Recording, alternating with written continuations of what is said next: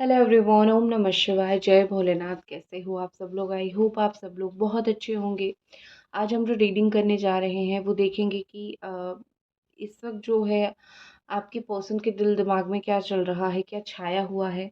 और इससे पहले मैं एक रीडिंग ऑलरेडी डाल चुकी हूँ कि 23 पोर्टल अभी गया है, तो उसमें आपके पर्सन की क्या एनर्जीज है, उसमें आपके पर्सन की क्या थॉट्स है, वो आप लोग एक बार ज़रूर देखिए। क्योंकि 23 एक एंजेलिक मैजिकल नंबर है, तो जो भी उनकी फीलिंग्स रहेगी डेफिनेटली आपको एक बार चेक इन करना चाहिए। तो देख लीजिए जाके, कल की इवनिंग की रीडिंग में मैंने डाला था। और आज हम स्टार्ट करते हैं कि आपके पर्सन की इस वक्त करंट एनर्जी क्या है।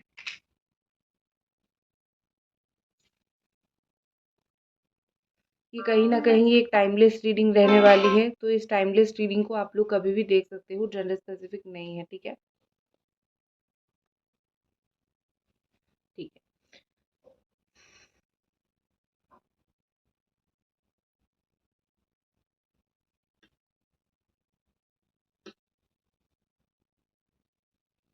देखो, यहाँ पे मुझे ऐसा लग रहा है कि आपकी मुझे सबसे पहले आपकी एनर्जी दिख गई। मैं उनकी तो देख रही थी, लेकिन दिख गई आपकी, तो दिख गई है तो बता देती हूँ।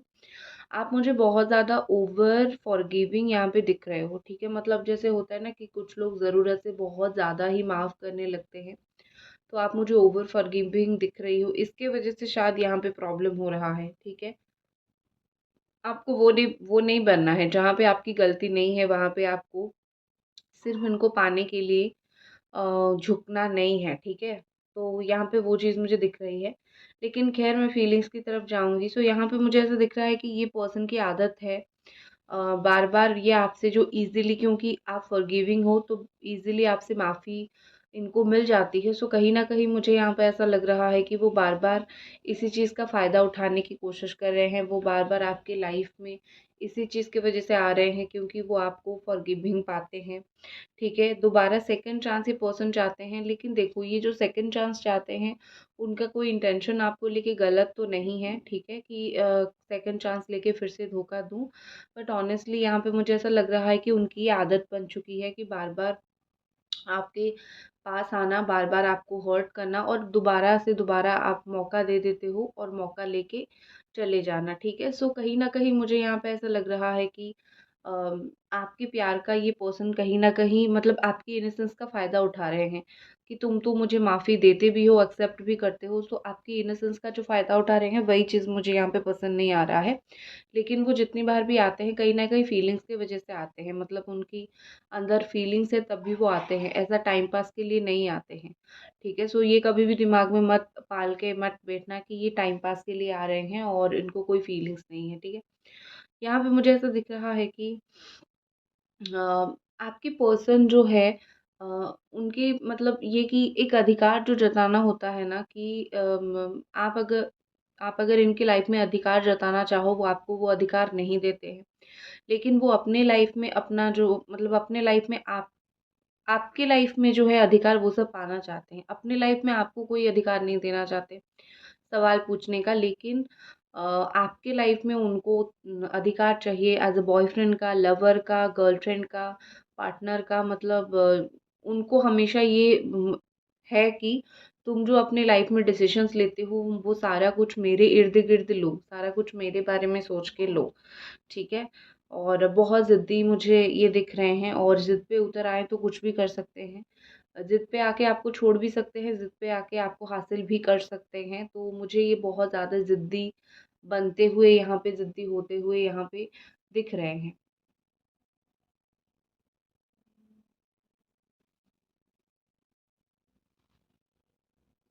देखो, यहाँ पे मुझे लग रहा है कि कुछ भी अगर आप दोनों के बीच में कॉन्फ्लिक्ट होता है, ठीक है, मैं इसको रख के फिर आपको बोलती हूँ।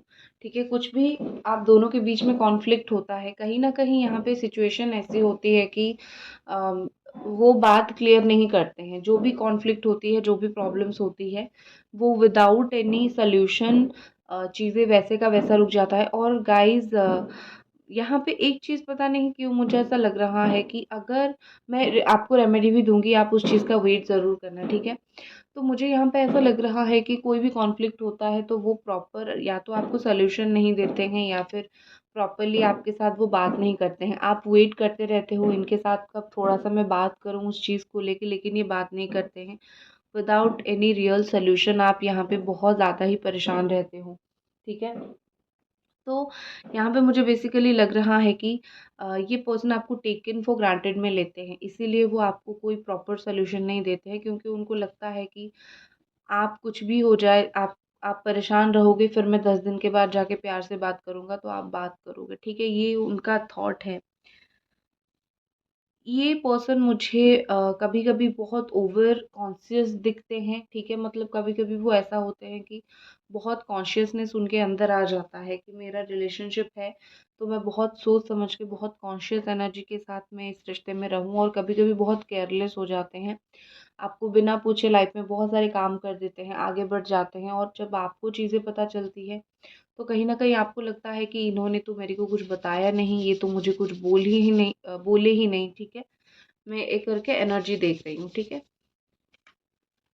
तो इन्होंने तो कुछ मेरे को बोला नहीं। सो कहीं न कहीं मुझे यहाँ पे ऐसा दिख रहा है कि काफ़ी सारी बातें आपको जब बाद में किसी और से पता चला है तो आपको बहुत ज़्यादा बुरा लगा है। तो ये बार-बार आपके साथ हो रहा है, और कहीं न कहीं मुझे लग रहा है कि आपने बहुत कोशिश किया है कि इनकी लाइफ़ में अपने आप को ढालने की, लेकिन इनकी एटीट्यूड की वज़ह से आप अपने आप को नहीं ढाल पा रहे हो इनके लाइफ़ में, ठीक है? देखो यहाँ पे आपके पर्सन को कहीं न कहीं आपके बारे में ये चीज़ पता है, आप सॉफ्ट हो बट वीक नहीं हो, ठीक है? और आप स्ट्रॉन्ग हो बट वायलेंट नहीं हो। उनको आपकी हर एक चीज़ के बारे में बहुत अच्छे से पता है कि आप कहाँ पे किस तरीके के इंसान हो। आप आप बड़े ही सॉफ्ट स्पोकन हो, बहुत अच्छे से बात करते हो, लेकिन आप वीक नहीं हो। आप अगर चाहो तो एक 1 सेकंड में उनको सही कर सकते हो, लेकिन आप, क्योंकि प्यार है तो प्यार की खातिर तो इंसान कुछ भी कर लेता है लाइफ में, तो इसीलिए आप ज़्यादा उनको कुछ टेंशन नहीं देते हो, परेशानी नहीं देते हो, लेकिन उनको पता है आपकी कैपेबिलिटी, सब कुछ उनको बहुत अच्छी तरीके से पता है।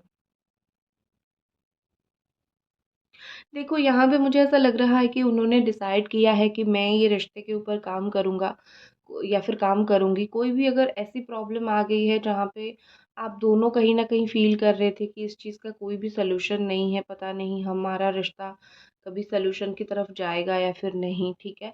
तो एक उनका भी ये थॉट था कि पता नहीं कुछ सॉल्यूशन होगा या फिर नहीं होगा। तो अभी मुझे, 1 सेकंड मैं आपको बताती हूँ। अभी मुझे ऐसा लग रहा है, जस्ट प्लीज़ हमें ये साइन दे दीजिए। ठीक है। सो अभी मुझे ऐसा लग रहा है कि ये सोच रहे हैं कि मैं काम करता हूँ रिश्ते के ऊपर, जो भी प्रॉब्लम आ रहा है, क्या सॉल्यूशन निकल सकता है, क्या हो सकता है, वो हम बाद में देखेंगे, ठीक है? अभी के लिए हम लेके चीज़ों को इसी तरीके से चलते हैं। मतलब ये कि जर्नी उन्होंने कहीं न कहीं स्टार्ट कर दिया है, और इस जर्नी को आगे लेके जा रहे हैं, फिर बाद में क्या होगा, फिर बाद में चीज़ें देखी जाएँगी। ये उनका माइंडसेट और मुझे ये उनका थॉट दिख रहा है। और क्या यहाँ पे साइन अपीयर हो रहा है, लेट मी चेक।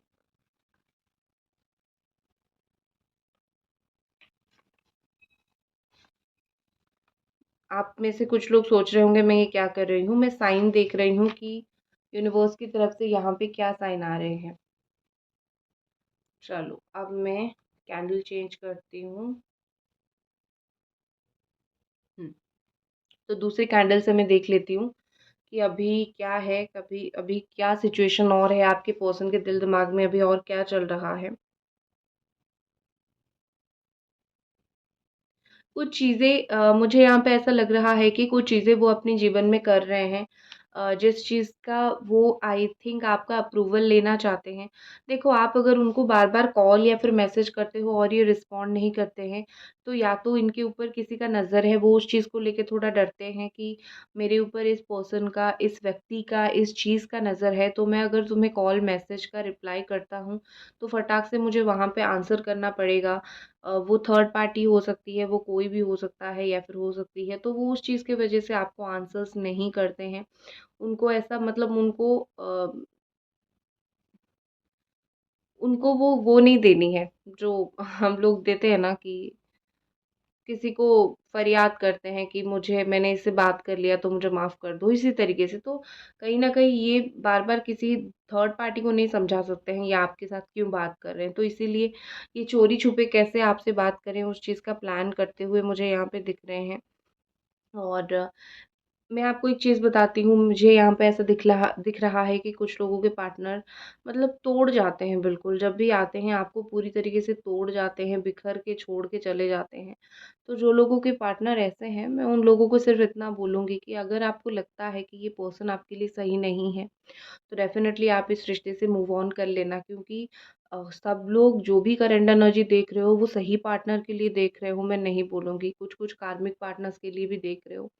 तो हमेशा यही सोचो कि अगर ये इंसान मेरे लिए सही है, मैं तब भी जाके इस इंसान के लिए वेट करूँगा या फिर वेट करूँगी।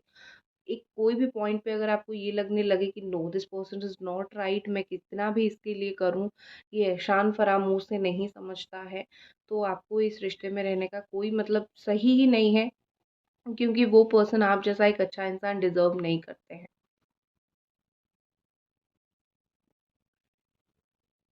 In just what is more, देखो आपके पर्सन वही चीज़ के ऊपर अभी ट्रस्ट कर रहे हैं जो उनकी गट फीलिंग उनको बोल रही है। ठीक है, कौन क्या बोल रहा है, कोई और इस रिश्ते को तोड़ रहा है, कोई और इस रिश्ते में रॉन्ग गाइडेंस देने की कोशिश कर रही है, गलत डिसीज़न दिलवाने की कोशिश कर रही है, वो कहीं न कहीं वो सारी चीज़ों को नहीं सुन रहे हैं, वो अपने कान में भी वो सारी चीज़ें नहीं ले रहे हैं। वो डायरेक्टली क्या कर रहे हैं, वो जो चीज़ें सही है, उसी चीज़ को सुन रहे हैं और उसी चीज़ के बारे में सोच रहे हैं। तो मुझे बेसिकली ये पर्सन जो है इस वक़्त जो भी यहाँ पे सही है, ठीक है? और जो वो ट्रस्ट करते हैं, जो उनको सही लगता है वो करने वाले हैं। कौन क्या बोल रहा है, वो सुन के कोई डिसीज़न मेक नहीं कर रहे हैं, ठीक है?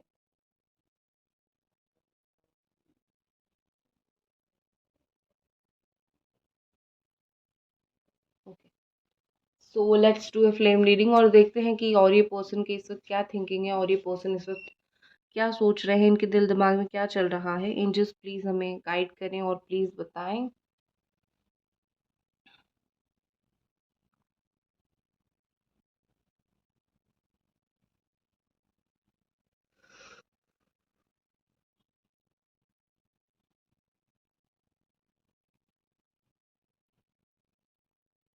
देखो, यहाँ पे मुझे ऐसा लग रहा है कि ये इस वक़्त आपका अटेंशन बहुत ज़्यादा कैच करने की कोशिश कर रहे हैं। कुछ ऊट-पटांग हरकतें करने की कोशिश कर रहे हैं या फिर कुछ ऊट-पटांग चीज़ें करने की कोशिश कर रहे हैं, जिससे क्या हो रहा है कि वो बहुत ज़्यादा जैसे मतलब आपका अटेंशन वो गेन करें और आपका अटेंशन गेन करके उनको बड़ा मज़ा आता है, ठीक है? आपके पर्सन को बहुत मज़ा आता है कि वो आपको इरिटेट करे, वो आपको चिढ़ाएँ और वो आपके साथ मज़ाक मस्ती करे, तो उनको बहुत अच्छा लगता है।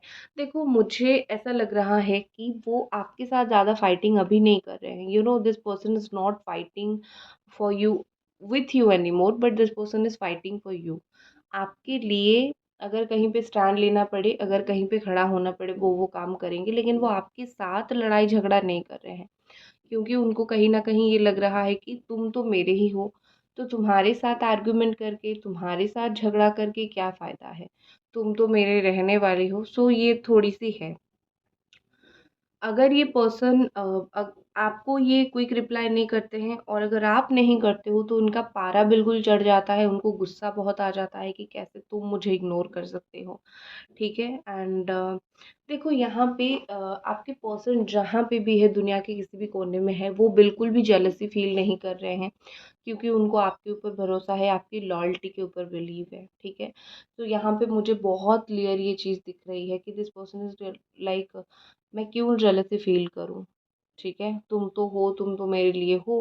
तो इस चीज़ की वज़ह से भी यहाँ पे काफ़ी सारी चीज़ें अच्छी हो रही अच्छी चीज़ भी है, बुरी चीज़ भी है। अच्छा चीज़ मैं यही बोलूँगी कि चलो वो आपके ऊपर ब्लाइंड ट्रस्ट करते हैं। बुरी चीज़ मैं ये बोलूँगी कि उनको पता चल गया ना कि आप उन्हीं के लिए ही हो, तो इसीलिए मतलब वो फिर आपको पाने के लिए कुछ मेहनत नहीं कर रहे हैं, ठीक है? ये चीज़ मुझे दिख रही है।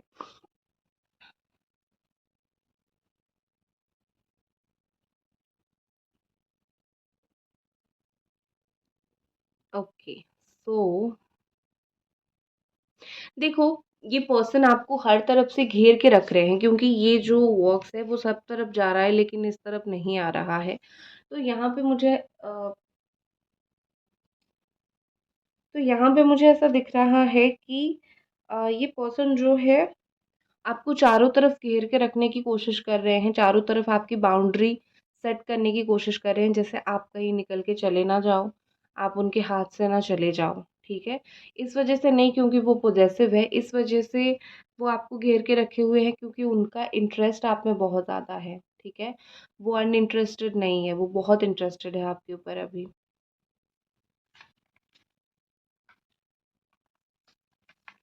थोड़ा-सा मैं साइन एनालिसिस करती हूँ, प्लीज़ वेट।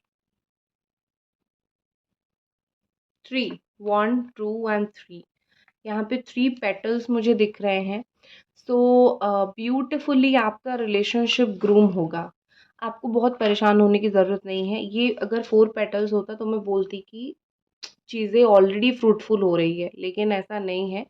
लेकिन ऑलमोस्ट 70% आपके रिलेशनशिप में जो भी चीज़ है वो अच्छी हो रही है, वो सही हो रही है, ठीक है? तो almost 70% positive thing is here, तो आपको ज़्यादा और वेट करना नहीं पड़ेगा, ठीक है?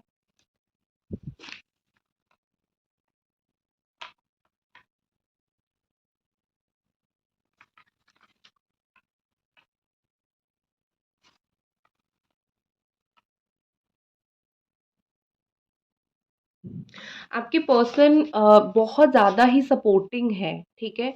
लाइफ में मुझे ऐसा दिख रहा है कि वो बहुत ज़्यादा सपोर्टिंग है। अभी अगर आपको नहीं फ़ील हो रहा है तो ठीक है, लेकिन आपको जब आप दोनों साथ में रहने लगोगे, उनका सपोर्ट आपको स्लोली-स्लोली फ़ील होने लग जाएगा, ठीक है? अब मैं थोड़ा-सा कार्ड निकाल के कार्ड रीडिंग करती हूँ।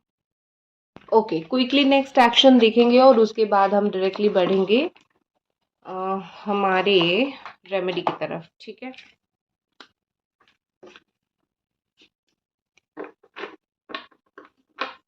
नेक्स्ट एक्शन आपके पर्सन का क्या हो सकता है? Angels please guide us. ये जो पर्सन है उनका नेक्स्ट एक्शन आपको लेके क्या हो सकता है?